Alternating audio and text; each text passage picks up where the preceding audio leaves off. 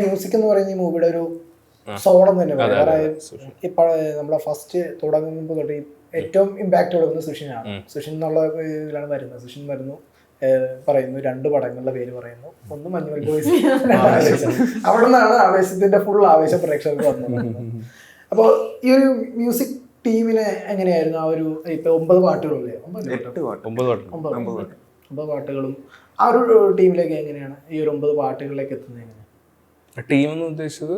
ഈ പറഞ്ഞ പോലെ ലിറിക്സ് സുഷിനും വിനായകും.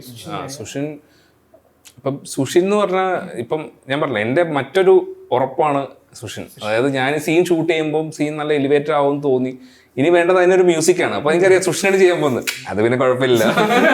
അപ്പൊ അങ്ങനെ വിടുക. അപ്പൊ അത് സുഷിൻ ഭയങ്കരമായിട്ടും, അതായത് ഒരു സീനിനെ ലിഫ്റ്റ് ചെയ്യാനൊക്കെ ഭയങ്കരമായിട്ടും, അത് ലിഫ്റ്റ് ചെയ്യാന്ന് വെച്ചാൽ അത് ഏത് ഇമോഷനിലേക്കാണെങ്കിലും സുഷിന് പറ്റും. സുഷിന് ഭയങ്കര ഈസി ആയിട്ട് പറ്റുന്നത്.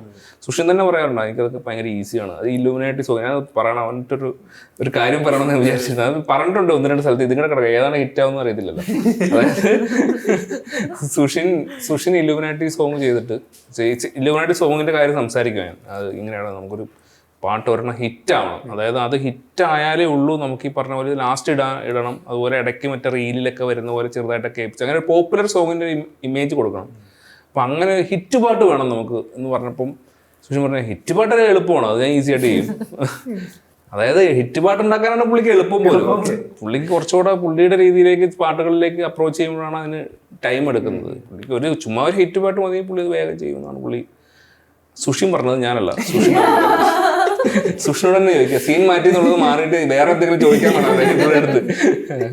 അപ്പോൾ അങ്ങനെ അത്രയും ബ്രില്യൻ്റ് ആയിട്ടുള്ള ആളുകളുടെ കൂടെയാണ് വർക്ക് ചെയ്തുകൊണ്ടിരിക്കുന്നത്. ഇപ്പൊ വിനായകന്റെ കാര്യവും ഞാൻ പറഞ്ഞു. വിനായകൻ അന്യ എഴുത്താണ്.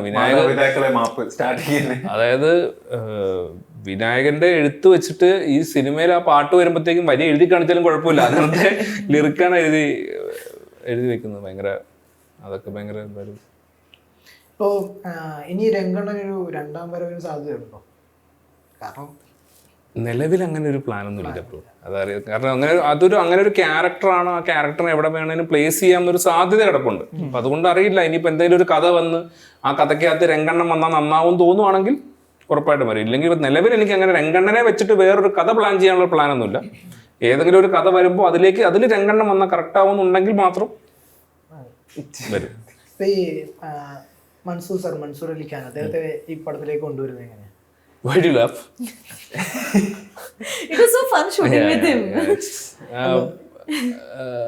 അത് ആരായിരുന്നു എൻ്റെ അടുത്ത് സജസ്റ്റ് ചെയ്തത്? അംബുക അനൂർ റഷീദാണ് സജസ്റ്റ് ചെയ്യുന്നത്. He was a pure entertainer on set also. So പുള്ളിയാണ് നമ്മുടെ അടുത്ത് ഈ സജസ്റ്റ് ചെയ്യുന്നത്. അംബുക, താങ്ക് യു. അപ്പോൾ രസമായിരുന്നു പുള്ളിയുടെ കൂടെ വർക്ക് ചെയ്യാനായിട്ട്. അതുപോലെ ആശിഷ് വിദ്യാർത്ഥി സാർ വന്നു. പുള്ളി